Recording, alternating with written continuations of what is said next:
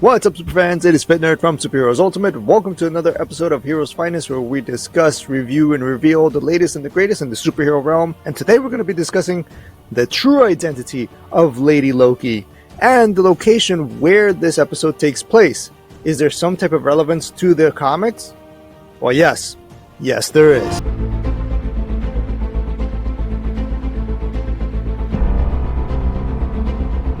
Now, before we dive in, I have some exciting news. We have partnered up with YouTube and now have official merchandise,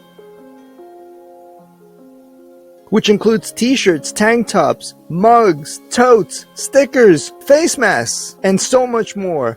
So if you want to check out some of our latest official merch, take a look right below the video. As always, this is your spoiler warning. If you have not seen the latest episode of Loki, pause, like, subscribe, turn on the notifications. Check out our last video on episode 2, where I talk about a lot of the things that are pretty much coming out to be true. The beginning of this episode starts off with Lady Loki and Hunter C-22 giving us an inside look as to how her powers actually work and how she gets information and controls people with her powers. We see her go straight to the TVA, which appears that she wants to go and kill the timekeepers. While on her mission, she tries to use her powers on one of the hunters, and apparently she did not know that magic does not work where the TVA headquarters is, which leads to tell us that she does not know how everything in the TVA actually works. This of course leads us to the confrontation between our Loki and Lady Loki. And in the middle of their scuffle, instead of facing off against Renslayer, Loki teleports him and Lady Loki off into what appears to be an apocalyptic event, which leads us to Lamentis, the title of this episode, in the year 2077. Now of course this location was not chosen out of randomness by the MCU. So I dug a little bit deeper as to a little bit of the history of Lamentis, and it led me to a storyline called Annihilation Conquest Prologue, where we have the first appearance of Quasar alongside Moondragon. Now if you guys aren't familiar with Quasar is Philia Fel, one of the Marvel. Now in Annihilation Conquest Prologue, besides being the first appearance of Quasar, which is one of the other Marvels, fighting alongside Quasar, we have Moondragon, which is Heather Douglas. Moondragon is the daughter of none other than Anthony Douglas, also known as Drax the Destroyer. Now, could it be possible that these are all Easter eggs leading to maybe a new reveal of a new character being introduced into the MCU? It's possible that in the future time we are going to see Quasar and Moondragon, because it's all connected.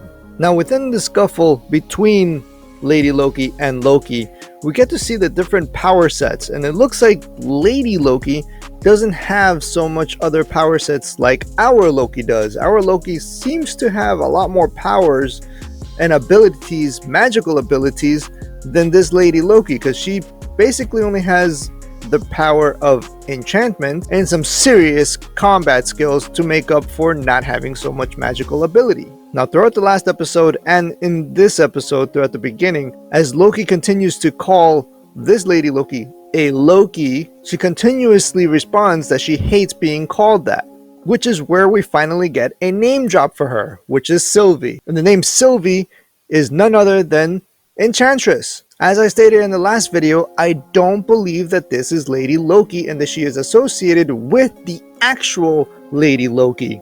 And according to the storyline in the comic books, Sylvie, Enchantress, started out as a normal human being and was given powers by Loki. Loki does not tell Enchantress, Sylvie, that he is the one that gave her the powers to begin with. So she doesn't even know where her powers came from. She just woke up one day and had them. Make a lot more sense when she said that she taught herself. Not only that, but while they're having the discussion on the train and we find out the differences between the origins of these two, Sylvie never got to know her own mother, which means that she must have had a type of mentor or a variant that may have been killed off, and now she wants revenge or some type of vengeance against the TVA because they are the cause of the death of her mentor.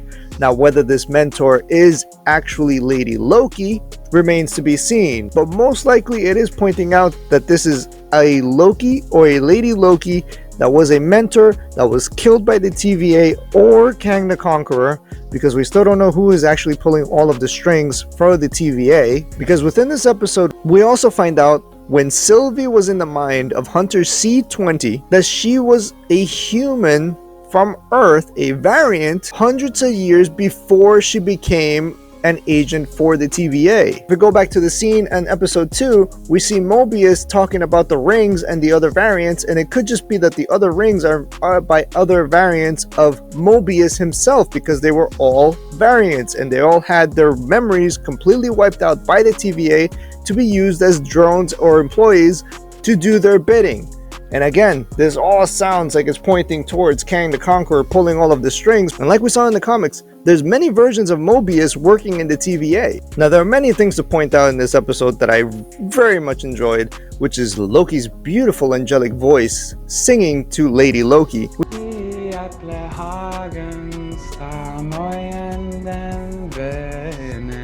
which was almost in a lovey-dovey way. And it'll be kind of less weird that Loki can love another Loki, because that's not actually Loki, it is Enchantress, which in the comics he does have a relationship with. And we find out that Loki swings both ways. He is bisexual. A bit of both.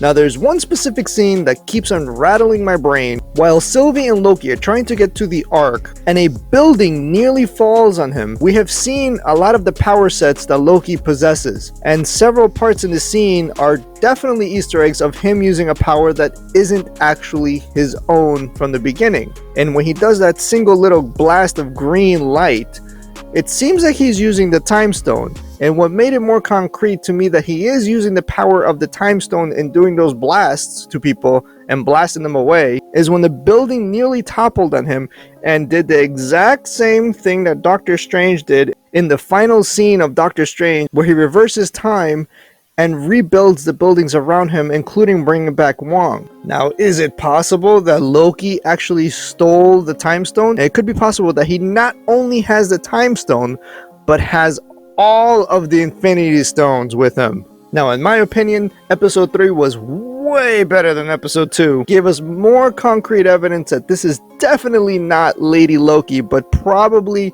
has been working with a Lady Loki of sorts. Kang the Conqueror may be behind the whole TVA, because the TVA just looks more sus every single time. And with one of the previous interviews with Tom Hiddleston stating that his favorite episodes of the entire series were episodes 4 and 5. It's a tough one. They're all so different, which is what I love about it. And every episode is almost a self-contained story, partly to do with the brilliance of everybody involved. Not me, but Owen Wilson and Kate Herron, and cast members I'm afraid I cannot yet name for you, but wait and see.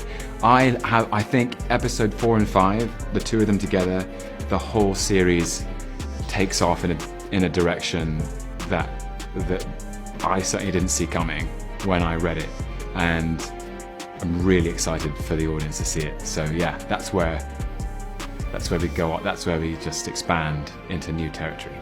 Means to tell me that we dropped with either some new characters or more Lokis, because as we know, there's plenty of Loki variants floating around, and it may be possible that he is going to assemble a lot of the other Lokis to work together. But what do you guys think? Do you think that this is still Lady Loki, or do you think that this is actually Enchantress and that she was the one that was given the powers by another Loki, and most likely her mentor was killed off by the TVA? Drop it in the comments below. I can't wait to see episode 4 and 5. I really wish I could watch them back to back, but sadly I'm expecting quite a cliffhanger in episode 4 that's going to lead to episode 5, which is going to be probably the biggest of them all. You guys know what to do. Smash the subscribe button, give us a like, turn on notifications, and if you want to show some support for the channel, check out our new official merch down below, and also our shop where you can get some cool apparel and collectibles. Until next, superfans,